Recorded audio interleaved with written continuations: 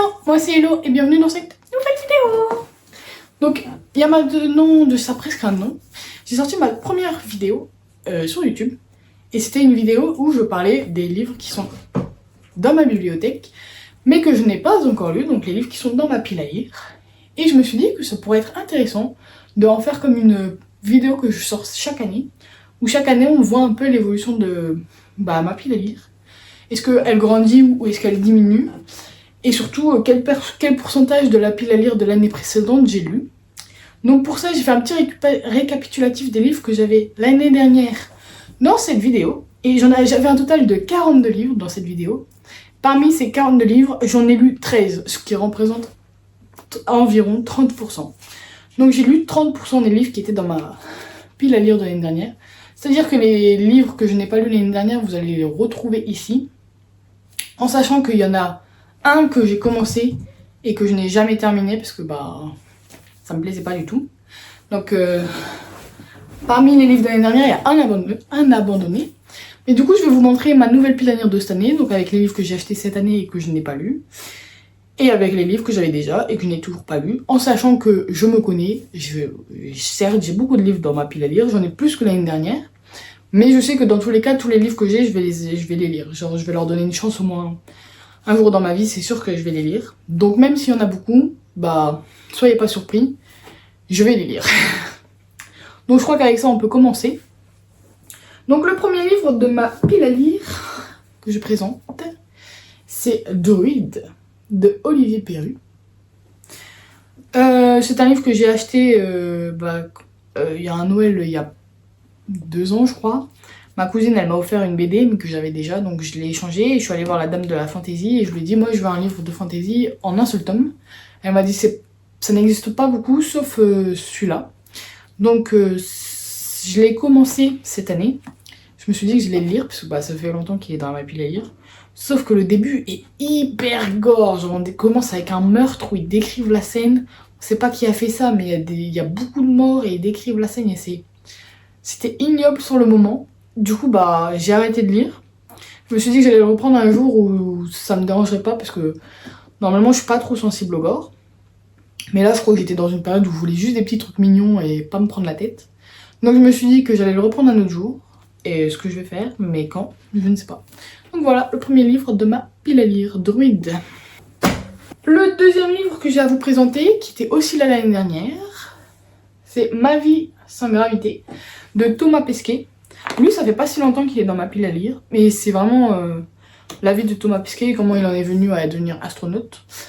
Et c'est quelque chose qui m'intéresse, et je sais que je vais le lire, c'est juste que j'ai pas encore le temps de me pencher dessus. Mais il y a même plein de petites photos, c'est mignon. Enfin voilà. Ensuite, encore là l'année dernière, le Tatoueur d'Auschwitz. Cette année, je n'ai pas trop lu d'histoires sur les guerres mondiales. J'avoue que c'est un truc qui me manque un peu parce que j'aime vraiment les histoires qui sont là-dessus. Et apparemment, le Tatoueur d'Auschwitz, c'est vraiment une histoire touchante qui est sur la guerre mondiale. Mais après, j'ai peur que ça se répète un peu malheureusement. Comme j'ai lu beaucoup de livres sur les histoires de guerre mondiale, j'ai peur que ça se répète, mais on m'a toujours conseillé de lire le Tatoueur d'Auschwitz. Donc il a fini dans ma pile à lire. Je sais même plus comment je l'ai eu. Je crois que c'est à ma soeur. Flo, c'est à toi. Le grand roman des maths de Michael Launay. Donc là j'avais lu de lui le théorème du parapluie. J'avais beaucoup aimé. J'ai beaucoup apprécié. Du coup, j'avais acheté le grand roman des maths qui est le plus connu, je crois, que le théorème du parapluie de lui. Mais pareil, j'ai pas encore le temps de m'y pencher, mais c'est sûr que quand je m'y pencherai, je serai contente de le lire. Et c'est des petites anecdotes sur des maths, mais qui sont sympas et ouvertes à tous. J'ai ensuite l'histoire des crottes secrets. Donc pareil, tous ces livres, c'est des livres que je vous ai déjà présentés dans ma première vidéo, mais en vrai, ce qui est intéressant, c'est que ma première vidéo, elle est hyper mal filmée. La qualité, elle est terrible et tout. Je me dis, j'espère que cette vidéo vous montre que j'ai un peu avancé dans mes techniques vidéo. C'est assez drôle. Mais du coup, là, c'est l'histoire des codes secrets depuis qu'ils ont été créés. Comment les gens, ils transmettaient des messages sans se faire attraper, sans que le message puisse être décrypté et tout ça. Donc c'est plus un livre historique où il faut se pencher. Et ça, à mon avis, il faut réfléchir en lisant ce livre. Donc il faut être dans un mindset particulier. Mais c'est pas quelque chose qui me dérange. C'est juste que bah, comme chaque livre qui sont dans ma pile à lire, j'ai juste pas eu le temps de m'y mettre. Mais je vais m'y mettre un jour, c'est sûr. Ensuite, j'ai 2 livres d'une série. Je sais pas combien de livres il y a dans la série. Mais qui n'étaient pas là l'année dernière dans ma pile à lire. Et qui viennent d'arriver. Ils sont arrivés il y a 1 semaine. C'est Maxime Chatham. Donc la série L'Autre Monde. Ils en refont des nouvelles versions. Avec des nouvelles couvertures. Et ils sont en grand format. Mais j'ai une librairie de livres... pas usés, mais de livres de seconde main, près de chez moi. Et je me suis rendue la semaine dernière pour un cadeau de Noël. Et j'ai demandé que par hasard si ça n'avait pas du Maxime Chatham L'Autre Monde, parce que bah, je sais que je voulais lire la série. Et comme je vous l'ai dit, je voulais lire des auteurs français, et c'est un auteur français. Et elle m'a dit si Maxime Chatham on a. En plus je crois qu'on a toute la série. Donc j'ai trouvé Autre Monde, l'Alliance des Trois, qui est le premier tome. Et j'ai trouvé Malronce. Il y avait aussi le tome 4, mais j'ai pas trouvé le tome 3, du coup j'ai pas pris le tome 4. En plus je me suis dit, ça tombe, j'aime pas la série. Mais après, comme c'était des livres de seconde main, ils m'ont coûté 2 € chacun. Donc franchement, même si j'aime pas, à la limite, je peux même les revendre plus cher que ce que je les ai eu. Parce qu'en plus, ils sont en bon état pour un livre déjà usagé. Un livre qui était encore là l'année dernière, Paul Béorn, le 7e guerrier mage. Toujours dédicacé parce que j'avais rencontré l'auteur. Et franchement, lui, j'ai vraiment envie de le lire parce que vraiment, quand l'auteur il m'en avait parlé, ça me donnait super envie. Mon père en plus, il l'a lu. Oh, je crois que j'ai un animal qui a mangé ma page. Ça doit être mon chat du Nord. Mais du coup, bah, j'ai vraiment envie de le lire. Le marque-page qu'il y a dedans. J'ai vraiment envie de le lire. Mais je me le réserve quand... Parce que je sais que ça va être une lecture que j'apprécie. Donc je me réserve quand j'aurai vraiment envie d'un livre bien. Je sais que ça fait longtemps qu'il est dans ma pile à lire, parce que je sais pas si vous voyez, mais là c'est blanc et là c'est jaune. Genre ça a pris le soleil et ça jaunit. Donc tu sais que ton livre, ça fait longtemps qu'il est dans ta bibliothèque quand ça fait ça. En plus, moi, ma bibliothèque, elle est face à ma fenêtre et ma fenêtre, elle a pas de rideau. Du coup, j'ai l'impression que tous mes livres, leurs tranches, ils prennent cher, genre elles sont en train de décolorer. Donc il faut que je trouve une technique pour empêcher ça. On continue la pile à lire avec encore un livre scientifique. Donc ça s'appelle L'Ordre du Temps de Carlo Rovelli. C'est sur le temps. Qu'est-ce que le temps, comment est-ce que le temps passe et tout ça, mais vu d'un point de vue physique. Parce que je sais pas si je vous l'ai dit, mais j'ai fait une licence de physique. Donc à l'époque de ma licence de physique, j'avais acheté ça. Ça m'intéressait et je l'ai toujours pas lu, mais je vais le lire. Peut-être pas cette année, mais je vais le lire. Parce que le temps, c'est vraiment quelque chose qui est intéressant en vrai. Genre comment le temps il se déforme et tout. C'est stylé. Ensuite, nous avons Circé de Madeline Miller. Donc celui-là, il n'était pas là l'année dernière. Par contre, l'année dernière, il y avait Le Chant d'Achille de la même autrice. De Madeline Miller. Et je l'ai lu. J'ai lu Le Chant d'Achille. Je l'ai pas kiffé. Je l'ai lu en français. Parce que c'est une autrice anglaise. Celui-là, il est en anglais. Mais j'avais Le Chant d'Achille déjà en français. J'ai pas kiffé. Mais en même temps, quand j'ai lu le livre, j'avais pas envie de lire. Donc je me dis, est-ce que c'est juste le moment où j'ai pas kiffé parce que bah, j'avais pas envie de lire, ou est-ce que j'ai pas kiffé parce que bah, c'était pas pour moi. Et ma petite sœur, elle adore les choses de sorcières et tout ça, et Circé, c'est une sorcière. Du coup, elle m'a dit, tu le lis, et si t'aimes bien et que c'est une bonne histoire, tu me le donnes pour que je le lise. En gros, elle se sert de moi pour savoir si le livre il est bien, quoi. Du coup, je l'ai pas encore lu, mais c'est pas grave parce que ça fait pas longtemps qu'il est là. Mais je vais le lire un jour. Il faut que je me motive parce que comme j'ai pas aimé Le Chant d'Achille, ça me donne moins envie de le lire, mais Circé, ça a l'air d'être une histoire intéressante. Achille, je la connaissais déjà son histoire, alors que Circé, je crois que je connais l'histoire de Médée et pas Circé. Après, Circé, elle a le même prénom que la meuf de Game of Thrones qui est vraiment stylée. Ah non, c'est Cersei. Bon, bref. Ensuite, nous avons Le Paris des Merveilles de Pierre Pével. Donc ça, je vous l'ai présenté dans une vidéo récente. Celle d'avant ou celle d'encore avant. Donc, auteur français, c'est une trilogie. Pour l'instant, je n'ai que le tome 1. Je l'ai acheté il y a moins d'un mois. Et je n'ai pas encore eu le temps de le lire, ce qui est forcé parce que bah, je l'ai lu il y a moins d'un mois. Je l'ai eu il y a moins d'un mois. Mais auteur français et qui me donne bien envie. La pile, elle est énorme. Là. Ensuite, nous avons la suite d'une série que je suis en train de lire en ce moment même.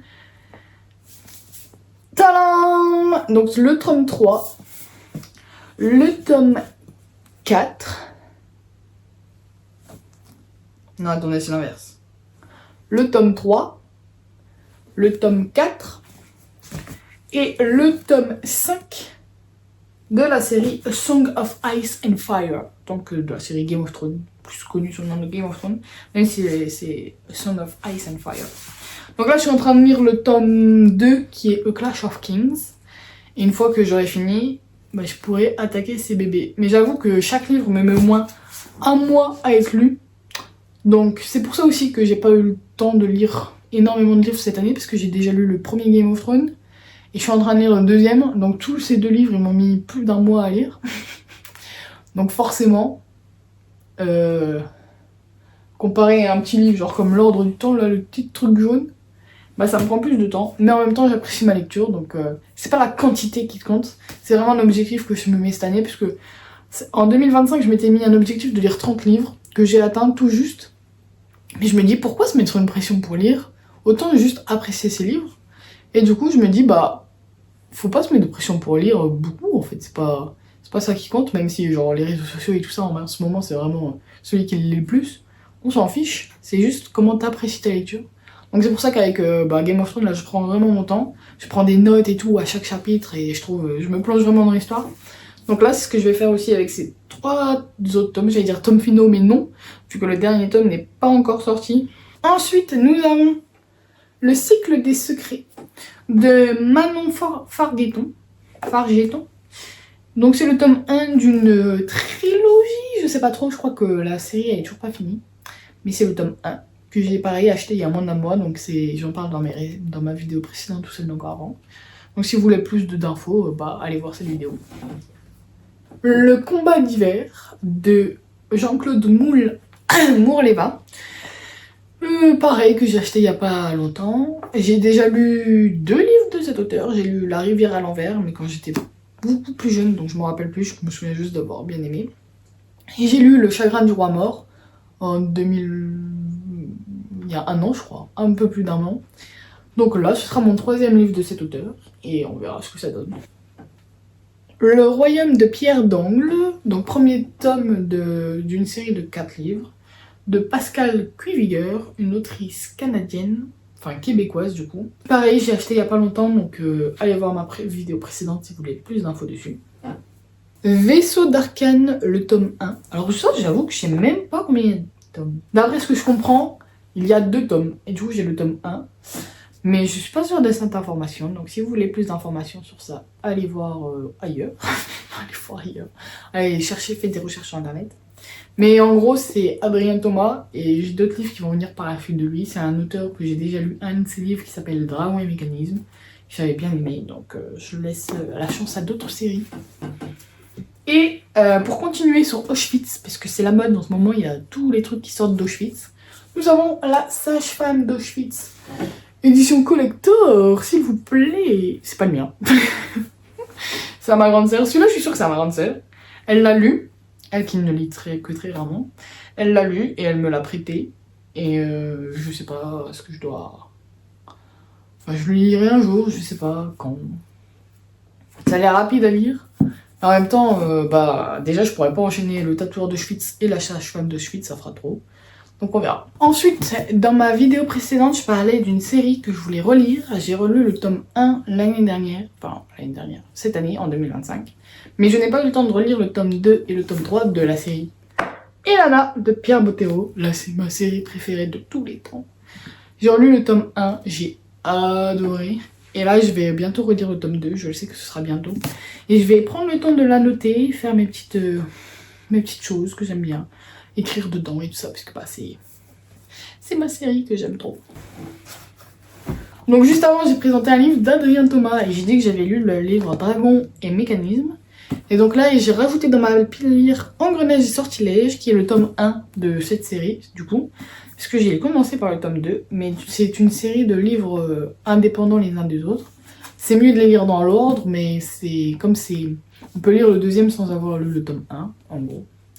Et donc là, j'ai pris le tome 1 en poche. Et j'ai le tome 2 qui est dans le nord que je vais peut-être reprendre pour le relire juste après le tome 1. Pour voir si je comprends plus de choses.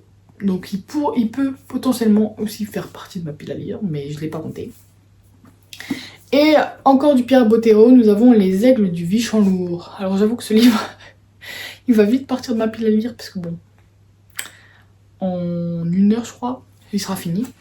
Mais je me le réserve, parce que c'est le dernier livre à ma connaissance de Pierre Bottero que je n'ai pas lu.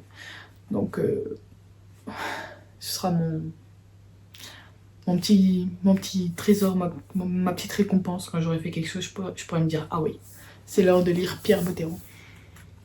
Avec la carte Evoli Pokémon que mon cousin m'a donnée. C'est trop mimi. Parce que j'ai commencé à le lire avec lui, avec mon cousin de 10 ans. Et du coup, comme marque-page, je me suis servi de la carte Pokémon qu'il m'avait donnée. Parce qu'il m'a demandé ma préférée. Je lui ai dit qu'à l'époque, c'était Evoli. Donc il m'a donné ma carte Evoli. Ensuite, nous avons Rivage de la colère. Un livre qui vient d'arriver dans ma pile à lire, encore une fois. Celui-là, je suis presque certaine que je vais pas le lire cette année, en 2026. Mais il reste dans ma pile à lire, donc... Après, je ne connais pas dans quel état d'esprit je serai en août, par exemple. Donc il y a quand même moyen que je le prenne, mais je pense pas. Je crois que c'est un livre que je peux vraiment garder quand je serai plus... Je vais dire plus vieille, mais oui. Nous avons Vieux, râleur et suicidaire, la vie selon Ove, de Frédéric Backman. Donc ça, c'est un auteur qui n'est pas français, et j'ai pas pris son livre en VO parce que je crois que c'est un auteur suédois. C'est un auteur suédois. Donc je ne sais pas lire le suédois, donc je l'ai pris en français. Il y a le film qui vient de sortir, enfin qui vient de sortir, non, mais qui a été mis sur Netflix récemment. Je l'ai pas vu, je l'évite à tout prix parce que bah, je vais lire le livre. Et en parlant de film qui vient de sortir, il y a un film qui vient de sortir qui s'appelle The Running Man. Tiens, tiens, tiens. Je l'ai découvert comme par hasard à la librairie des livres usagés. Regardez-moi cette couverture, comment elle date. Ça, on dirait un livre que j'ai emprunté à mon père. Parce que ça n'est pas le cas. Je l'ai acheté dans une librairie de seconde main. Bon, on dirait vraiment pour 2 €. Et du coup, le film est sorti il y a 1 mois, même pas. Quelques jours, semaines. Et j'avais envie d'aller le voir. Mais j'avoue que la bande-annonce, elle m'a pas trop donné envie. Parce que c'est un peu trop explosif pour moi. Mais je me dis, en livre, je peux adorer. Et bon, c'est un livre de Stephen King. Qui est écrit sous un autre nom apparemment. Qu'il l'a écrit comme Richard Bachman. Mais, je me dis, il est court. Et il était vraiment pas cher. Et c'est une des premières éditions. Donc je me suis dit, allez, laisse-toi tenter. Et fonce pour un Stephen King. Donc là, on attaque les gros bébés. Donc c'est les livres les plus grands. Enfin, oui, les plus grands que j'ai dans ma pile à lire. Ils prennent de la place, pas très pratique, mais au moins ils sont écrits en gros. Pour mes petits yeux qui voient très bien, mais c'est moins fatigant. Donc nous avons notamment Darwin à la plage et Marie Curie à la plage. Et vous voyez quand je dis que le soleil il efface tout, on voit même plus qu'il y a écrit Darwin là. Après la lumière là, elle est un peu spéciale. Mais... en plus il y a écrit en bas là. On voit plus trop. Donc ça c'est des livres pour vulgariser des concepts scientifiques, mais pas que, pour l'histoire et tout ça, et rendre accessible aux gens qui ne sont pas experts. Et moi j'ai plusieurs livres de cette série à la plage, j'en ai plein même. J'ai déjà lu Churchill, Newton, c'était pas à moi mais je l'ai lu quand même, Einstein, Schrödinger, Turing et d'autres, j'en passe, j'en ai lu vraiment beaucoup. Et ces deux-là, Darwin à la plage et Marie Curie à la plage, je les ai pas encore lus, mais ils m'intéressent vachement, surtout Darwin à la plage. Sur la théorie, c'est sur la théorie de l'évolution et c'est quelque chose que je connais pas trop, mais qui m'intéresse vachement. Et Marie Curie, je connais plus son domaine d'expérience, du coup, vu que j'ai fait de la physique. Mais c'est les particules élémentaires dans un transat, et ça peut toujours m'intéresser, je peux toujours apprendre des choses. Parce que même si c'est de la vulgarisation, à chaque fois que je les lis, j'apprends plein de trucs. Donc je les ai pas encore lus, mais je vais les lire, c'est sûr. Et si vous cherchez des livres pour vulgariser des concepts ou des faits historiques, les à la plage, ils sont très bien. Ah ouais, là ça commence à être en anglais, donc excusez mon accent. The Bones Beneath My Skin de TJ Klune. Je crois que TJ Klune n'est plus à présenter sur cette chaîne YouTube. En vrai, si, mais non, peut-être pas. Cette année, en mars, je peux même dire le mois que j'ai lu Under the Whispering Door, c'était mon livre favori de cette année. Et l'année d'avant, j'ai lu The House in the Cerulean Sea, et c'était mon livre favori de 2024. Donc, vous pouvez vous douter que j'espère que ce livre sera un favori d'une année.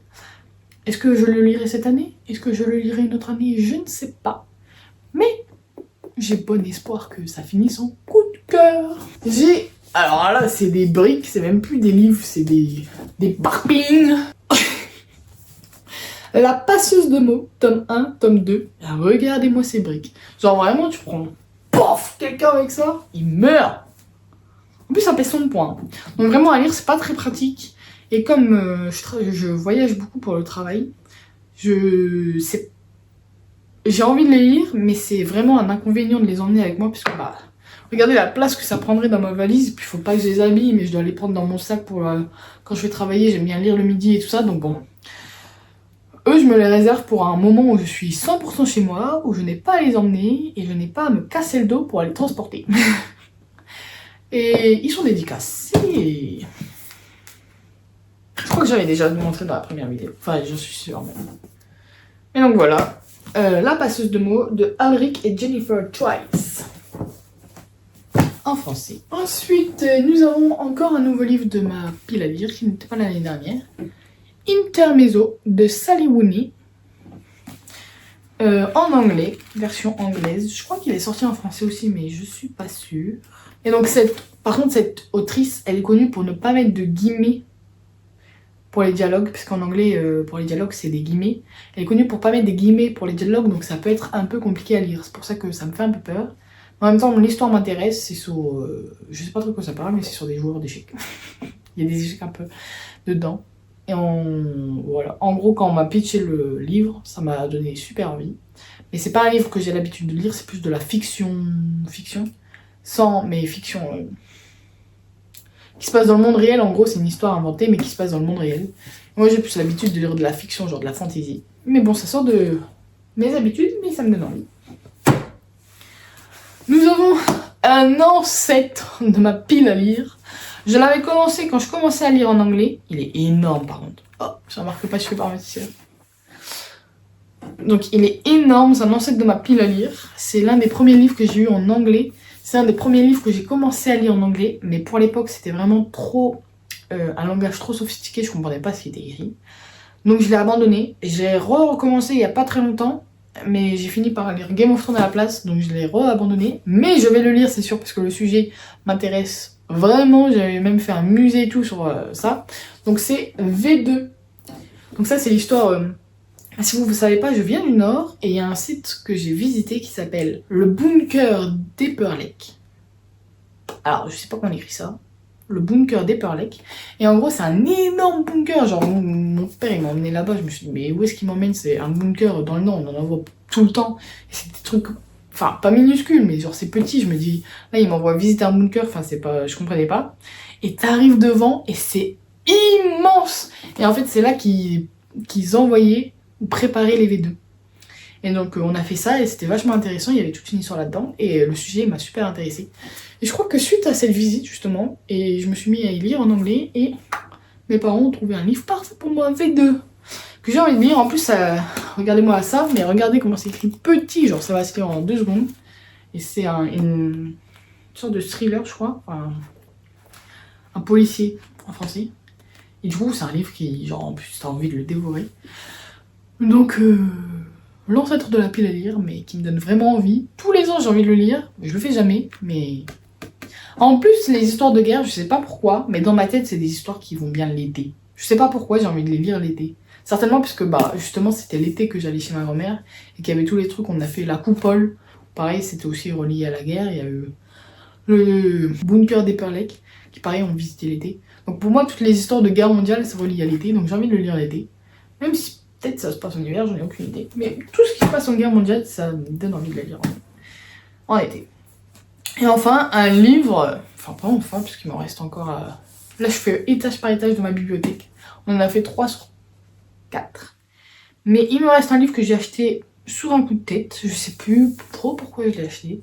Je sais même plus quel jour je l'ai acheté. Ah bah attendez, je l'ai écrit dedans, je crois. Je l'ai acheté le 11 octobre 2025 et je ne sais pas pourquoi. Je crois que c'était un jour où je m'ennuyais, je savais pas trop quoi faire, tout ça, je suis allée à la librairie et je suis ressortie avec, mais je sais pas pourquoi. Après, il me donne quand même envie de le lire, mais bon. Ce livre, c'est Catabasis de R.F. Kuang, c'est en anglais, avec les pages sur les côtés et tout. En ce moment, ils font tous ça, ils font tous des livres avec des pages sur les côtés et couverture rigide, ça coûte une blinde, mais faites des livres normaux de poche, c'est très bien, c'est petit, c'est pas cher, c'est prend pas de place. Là, bon, c'est pas moche, c'est pas incroyable, mais c'est pas moche. Mais ça prend de la place, c'est immense. Regardez par rapport à mon poche. Genre là, je peux passer au moins 3 poches à la place de lui. Par contre, si je me souviens bien, si on retire la... Je sais pas comment on appelle ça en français. La dust jacket en anglais. Là, ça, là, le papier. Le livre est magnifique. Si je m'en souviens bien. Donc, testons. Ouais, ce que j'aime bien dans les couvertures rigides, c'est... Tu peux montrer ça comme ça, tu peux mettre dans ta bibliothèque. Ça fait un peu bibliothèque de livres anciens. Et j'adore cette atmosphère de livres reliés, anciens, avec juste l'écriture là. Et rien devant. Enfin, là, il y a un petit dessin. Et rien derrière. J'adore cet effet. Mais du coup, là, on suit des personnages qui vont aller en enfer. Pour aller récupérer un prof qui est tombé en enfer. Et je sais pas plus que ça. Mais en gros, c'est une représentation de l'enfer dans un monde fantasy. Pour finir, nous avons tous mes livres anglais. Mes poches version anglaise, c'est pas trop des poches parce que les poches français sont plus petits. Mais c'est plus petit que les livres que je viens de présenter avant. Donc c'est mes poches anglais. Poches anglais. Nous avons tout d'abord Rewitch de Lucy Jane Wood. Donc ça c'est une cozy fantasy avec une sorcière et un chat et je sais pas plus que ça, mais la couverture a l'air incroyable. Et TJ Klune écrit de la fantasy, de la cozy fantasy, et j'adore ce qu'il fait, donc je pensais que c'était mon style. Après malheureusement cette année j'ai lu The Very Secret Society of Irregular Witches, qui est aussi de la cozy fantasy, mais je n'ai pas kiffé. Et en fait c'est l'écriture qui m'a pas fait kiffer. Donc je me dis peut-être que si celui-là est bien écrit, il y a moyen que je l'aime. Et je croise les doigts parce que j'ai envie de l'aimer. La couverture elle me fait toujours autant rire, c'est tellement moi avec mon chat. C'est Linus? C'est toi Linus? Tu viens? Bah oui, il se reconnaît. T'es sur la couverture. Ensuite, en parlant de TJ Klune, nous avons encore un TJ Klune. In the Lives of Puppet. Je sais que, comme je l'ai dit, TJ Klune c'était son livre que j'ai lu cette année. C'est mon meilleur livre de cette année. Celui que j'ai lu l'année d'avant, c'était le meilleur livre de l'année d'avant. Donc peut-être que celui-là, ou celui que j'ai présenté avant, sera le meilleur livre de l'année 2026. On croise les doigts. Ça, c'est des livres que je me réserve pour la période février-mars. Quand ça fait longtemps que l'hiver est là, t'es un peu déprimé puisque le temps il va pas bien. Enfin, le temps il va pas bien. Le temps il est moche, t'es déprimé, t'as rien à faire. Pouf, TJ Klune et ta vie rayonne. Ensuite, une série qui était déjà là l'année dernière, que je n'ai toujours pas commencé et qui m'intimide toujours. C'est la série Red Rising. Avec le tome 2 qui s'appelle Golden Sun. Le tome 3 qui est Morning Star. Donc c'est le tome 1 on m'a vendu comme un Hunger Games de l'espace.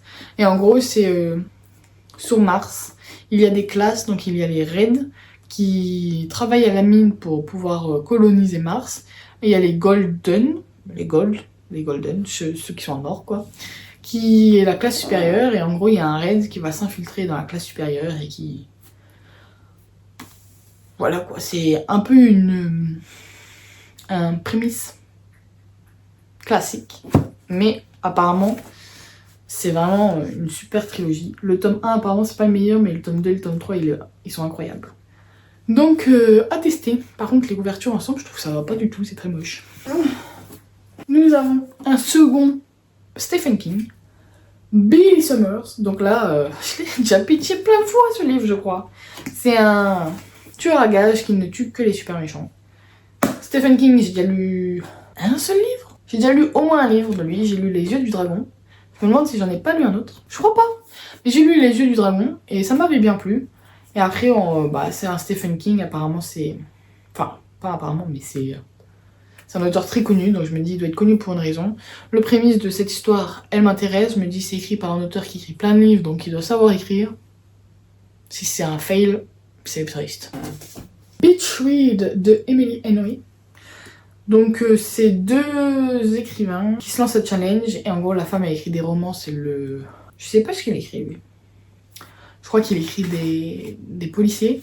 Et ils se mettent un challenge et bah ils changent de genre. Donc le mec il doit écrire une romance et elle doit écrire un policier. On les suit et c'est une romance à la plage. Mais alors là je vais présenter les 4 ensemble parce que bah je trouve qu'ils vont ensemble. C'est des livres que j'ai déjà lus, mais j'ai envie de refaire une lecture parce que je les ai lus en français et cette fois je les ai en anglais. Donc nous avons The Hobbit de None Other But Tolkien. Nous avons The Lord of the Ring, The Two Towers and The Fellowship, The Return of the King.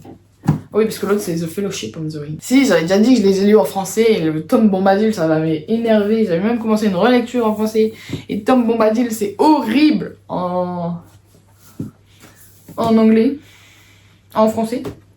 Mais c'est peut-être la traduction que j'ai eue. Je sais pas si vous ça a fait ça. Si vraiment, je sais que personne n'en commente sur mes vidéos. Mais si vous avez regardé jusque maintenant et que vous avez lu Lord of the Ring, genre Le Seigneur des Anneaux en français, que vous l'avez lu en français, dites-moi si Tom Bombadil, ça vous a paru cohérent ces musiques, puisque pour moi c'était vraiment... C'était un calvaire de lire ces trucs, puisque ça n'avait aucun sens. Peut-être en anglais c'est pareil, ça n'a aucun sens. Mais moi je me ferai ma propre avis. Puisque là les rimes, ils riment même pas avec Tom Bombadil. Oh là là, la pile! Nous avons encore une histoire sur la Seconde Guerre mondiale. Oui, j'aime bien ça. All the Light We Cannot See de Anthony Doerr. Je ne sais pas de quoi ça parle. Je n'en ai aucune idée de quoi ça parle. Je sais que c'est sur la Seconde Guerre mondiale. Ma mère et ma soeur ont regardé la série Netflix et ma mère elle a dit « Ah ouais, carrément !» Et elles m'ont dit « Fonce, tu vas kiffer !» Donc bah j'ai pris le livre. Pareil que c'est vraiment une histoire touchante. Mais comme j'ai envie de dire toutes les Secondes Guerres mondiales. Aïe, ce truc là, je peux pas retirer. Blue Sisters, donc là c'est l'histoire de 4 sœurs. Malheureusement il y en a une qui décède et du coup les 3 sœurs elles doivent se retrouver sauf qu'elles ont chacune leurs problèmes et on suit ces sœurs qui ont des problèmes mais qui doivent se reconstruire suite à la mort de leur sœur. Donc ça a l'air d'être un peu émotionnel. Des fois je me dis mais t'es trop jeune. Alors j'ai 22 ans donc je sais pas, peut-être t'es trop jeune pour lire ça. Peut-être c'est des lectures pour les vieux. Non, je rigole. Je sais pas. Genre, je me dis... Enfin, moi, je vois ça, genre, les gens qui lisent de la fiction comme ça, je me dis, c'est vraiment les personnes qui sont matures, genre... Il faut bien une dame de 35 ans lire ça, tu vois. Moi, j'en ai 22, je me dis, peut-être je suis trop jeune. The Invisible Life of Addie Larry. Bon, voilà, c'est sur la vie invisible de Addie Larry. En gros, il y a une fille qui fait un pacte avec le diable, et son pacte, c'est qu'elle peut devenir immortelle, donc on va les suivre à travers les années. Mais le malus, c'est que personne ne se souviendra d'elle. Sauf qu'un jour, quelqu'un la reconnaît et se souvient d'elle. Et du coup, on suit cette histoire-là. De la même autrice, nous avons Vicious de V.I. Schwab. Là, on m'a vendu une histoire de super gentil et de super vilain. Et j'adore les super vilains. J'adore les super héros. Mais pas les super... C'est pas les super héros que j'adore, c'est les super vilains. Est-ce que ça veut dire quelque chose de moi? Je ne sais pas, mais j'adore les super vilains. Le Joker, c'est...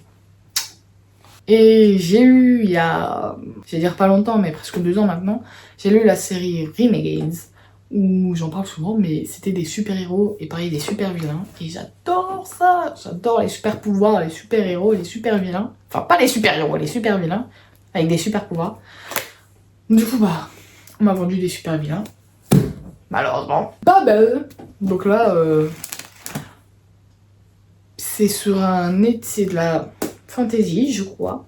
Et c'est sur un traducteur qui est asiatique, mais qui traduit à Oxford. Et en fait, je sais pas trop, mais ça a l'air d'être un livre intelligent. C'est un pavé aussi, mais... C'est celle qui a écrit Catabasis. Voilà. Babel. Et pour finir, le dernier livre de cette pile à lire. Tout dernier livre. Tomorrow and Tomorrow and Tomorrow de Gabrielle Zevin. Donc là, de ce que je connais, c'est 2 jeunes qui créent un jeu vidéo ensemble. Et on suit leur histoire juste de leur vie. Suite à leur succès de leur jeu vidéo et leur binôme et tout ce qui s'ensuit.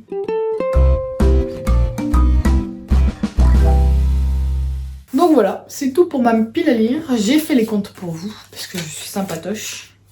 Ça fait un total de 53 livres dans ma pile à lire. Mais sachant que l'année dernière, j'en avais 42, donc j'en avais 10 de moins, mais j'ai lu 30% de ma pile à lire.